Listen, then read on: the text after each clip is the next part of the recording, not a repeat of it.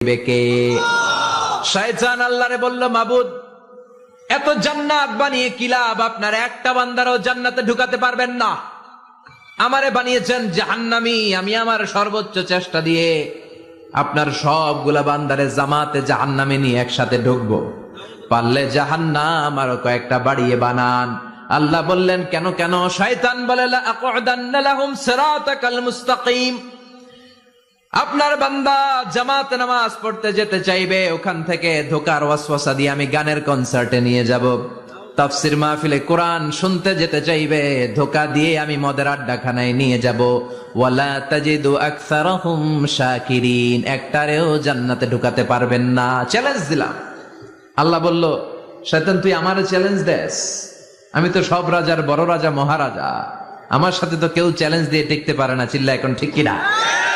শয়তান তুই চ্যালেঞ্জ দিলি।